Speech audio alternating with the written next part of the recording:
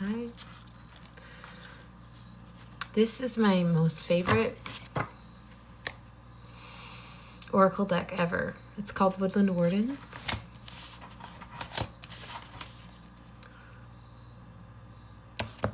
I put some stupid press-on nails on because I was trying to do the whole thing today. This is not what I would normally choose, so y'all know. I like the ones that go right to the skin and they're just rounded, you know? And I always pick the same color every time. I always do light pink. Sometimes I'll switch it up and do French tip. Okay. What message needs to come out tonight?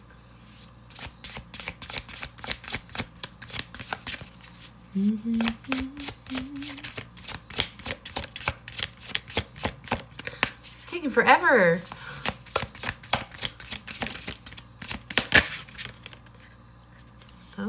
Oh, the crow and the dogwood.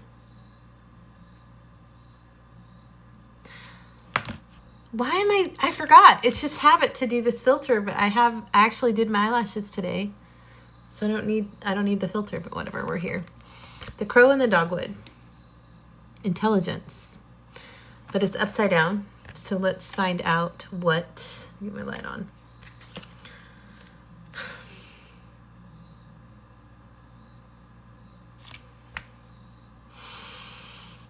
Need to center myself.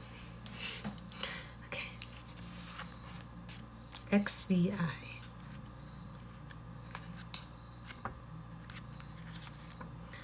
I love you, Lord. I'll let you look at the photo again. Before I read the definition, take a good look at that. The crow and the dogwood. Before I read it, I just intuitively what I'm picking up. I'm hearing darkness and light. And the dogwood actually to me looks, it reminds me of magnolias, but it's not magnolia, it's dogwood. But magnolia are very strong, ancient flowers. Let's read what the author intends. The crow is an incredibly intelligent bird associated with the power of foresight and the ability to use tools. Today, it's often used to signify darkness. I'm so cliche. I look at the crow and I assume darkness. Oh, call me out. Today, it's often used to signify darkness or foreboding. But modern depictions rarely do the crow justice. I'm sorry, Mr. Crow. According to Norse folklore, the crow is a powerfully positive symbol meant to remind us of our skills and resources. Ooh. It says, you are capable of solving any problem. Mind blown. I'm mind blown. This is for me.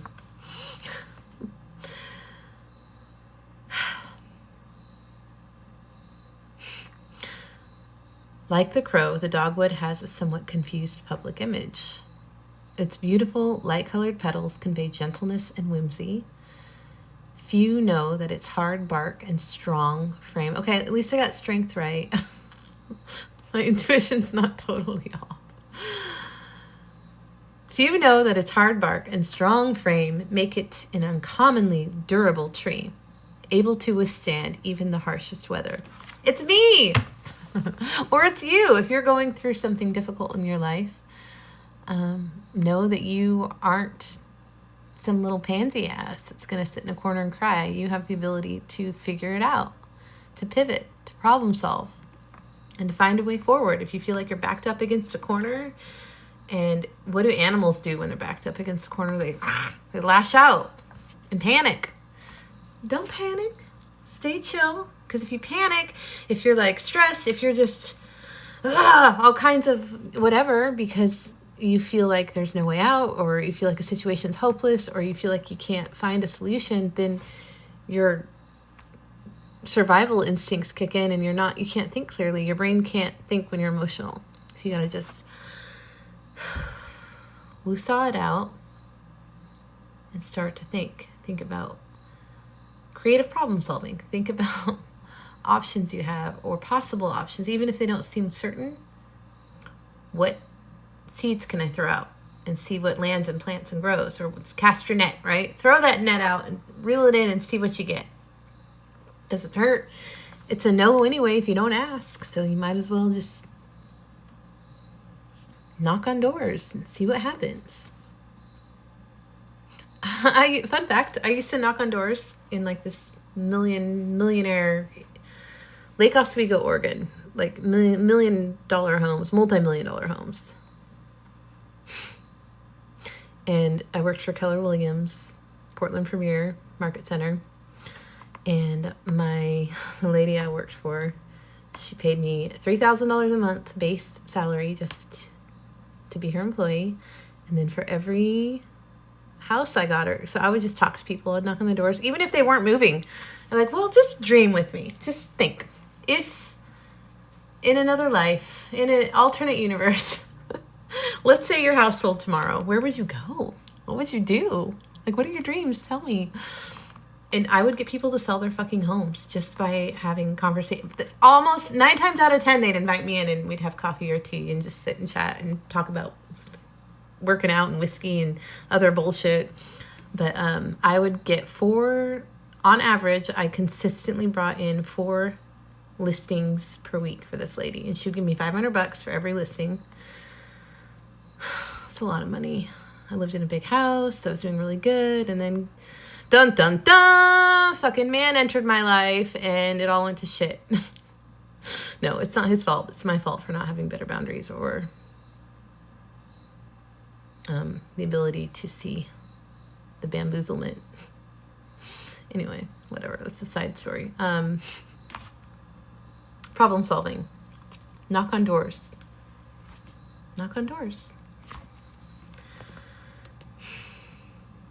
Actually, what happened, I was out in Lake Oswego door knocking, and my daughter's school called me. She's 10 years old, and she had a random seizure. She's never had health problems. In the middle of like reading time, I guess her eyes rolled back. She wasn't like shaking seizure.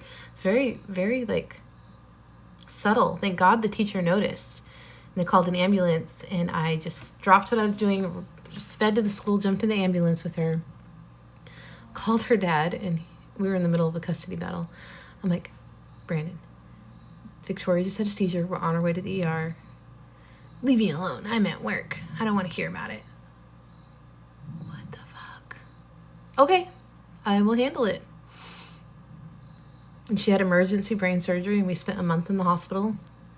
He showed up one time to visit her, and he looked in her face and he said, your mom did this to you. And he called CPS on me, and CPS, like, in the middle of going through all that with my daughter, like having her skull cut open, and it was a really scary time. I didn't show any fear though.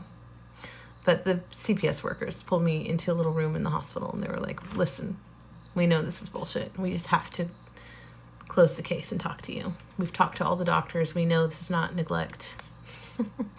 But it just shows the character of her dad, like to turn a crisis for our child together into a tool to help him win a custody battle, like to blame me for whatever. I shouldn't share all, whatever. I don't care. It's my channel. I can share what I want to. I'll share what I want to. Share what I want to. It's just a testament to my strength and how durable I am in any weather, facing anything that comes on my path. I will overcome. I was thinking about that today. The things that I've overcome in my life, what I'm going through currently, is peanuts. And I'll share that with y'all later. But I'm going through a difficult time. I'm not gonna lie. It's part of life. You grow, you experience, you expand. And then you acquire those tools going forward. So I'm getting new tools in my tool belt. Part 2 coming up. Okay.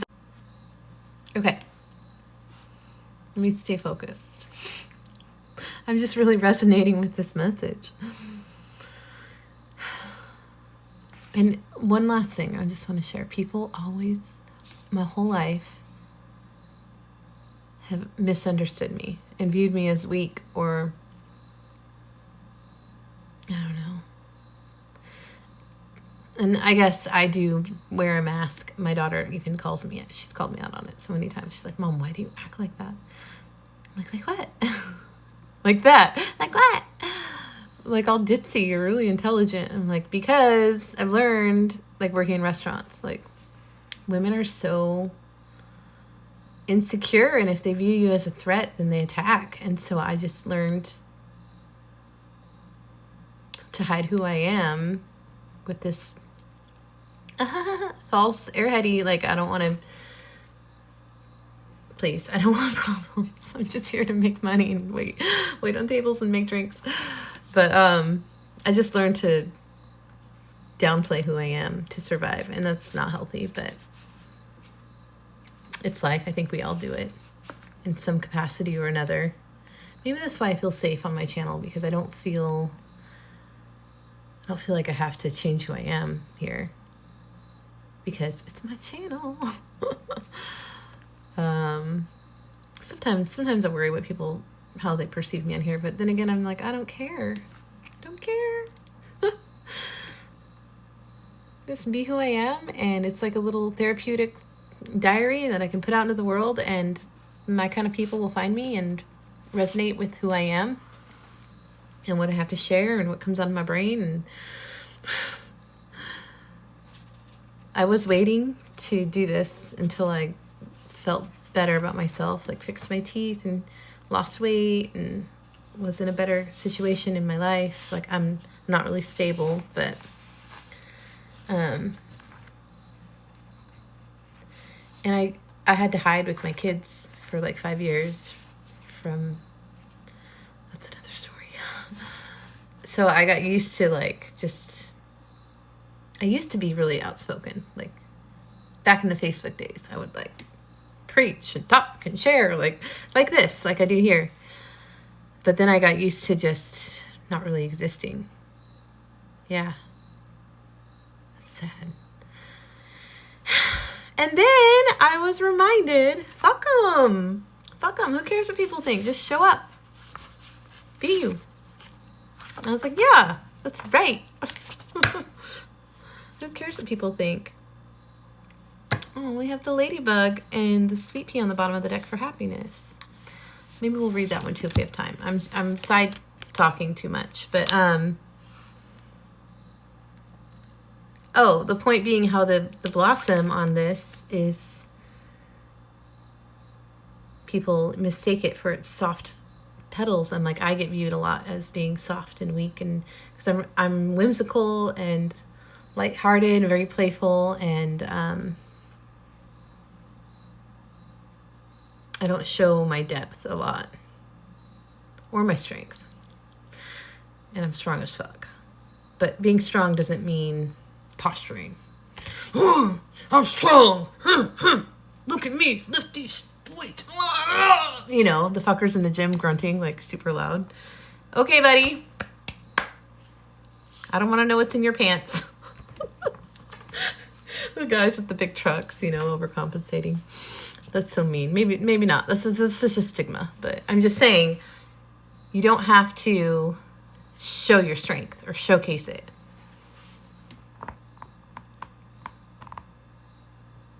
I know I'm a badass. I don't have to prove that to anybody.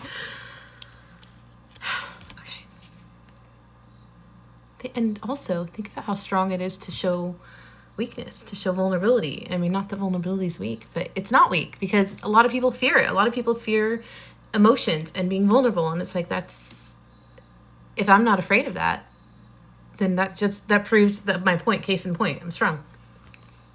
I don't care. I'm gonna be who I am, and that's that. Next? What's next?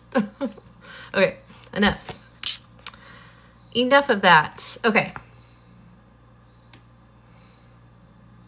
Oh, so your message, because it came up upside down, is you may feel like a fraud or imposter. The crow is here to remind you of your intelligence. The dogwood, your strength. Your accomplishments are your own. Let me say that again. Your accomplishments are your own. Nobody can take those away from you. You did it. You overcame that thing. You reached that goal. You hit that deadline. You pulled yourself up out of bed and did what you needed to do to keep going. That's yours. And that's strength. And you deserve the success you've achieved. Here are some questions. What am I knowledgeable about? What are my creative or professional goals? And how can I accomplish them? So just ponder those questions. We have a few minutes left before my timer runs out, so we will read about the ladybug and the sweet pea for happiness without a commentary from yours truly.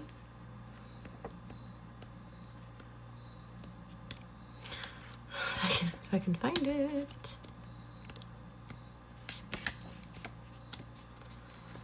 Sweet pea, apple of my eye. You know that Shirley Temple song? I used to sing it to my kids. You're my honey bun, sugar plum, bumpy, yumpy, yumpkin. You're my sweetie pie. You're my cuppy cake, gumdrop, schnickum, schnickums. You're the apple of my eye. Ooh. Okay, I found it. Happiness. Symbols of good luck and fortune. Ladybugs are wonderful insects, known to keep garden pests like aphids at bay. The sweet pea is a beautiful scented climber. In the Victorian era, sweet peas were given to thank hosts for a lovely time. Combined, the ladybug and the sweet pea represent ease and happiness. Yes, please. Yes, please. Ease and happiness. But even in the storm, you can find happiness and joy in little moments. You are entering a period of happiness, positivity, and good luck. Yes. 8-8 I'm looking at 8-8 right now. 8844. Stability, security, and 8s. I don't know what the 8s mean, but you can look it up. I really need to learn those. You are entering a period of happiness, positivity, and good luck. Celebrate your joy by sharing it with others. Yay! It says, what brings me happiness? How do I invite more joy into my life? So, if you're going through a struggle, know you have the tools to overcome and problem solve. You're strong. You may feel like an imposter. You may feel weak. You may feel like you can't figure it out, but you can and you will. There's no other option. And this is the light at the end of the tunnel. You're almost there. Just a few more steps. One step closer. Put one foot in front of the other. You'll get through this. It's gonna be okay. That song got me through the darkest moments. I think I've shared this before, but I would wake up in the mornings and be like, you know when you wake up and you're conscious for the first nanosecond? And my first nanosecond was fuck. I still get emotional because it's so real.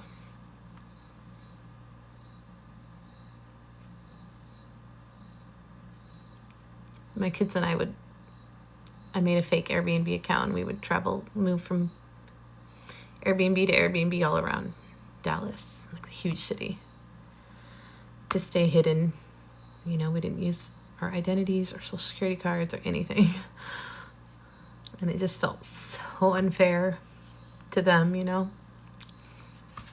But guess what? I got through it. They got through it, and they're fucking amazing human beings.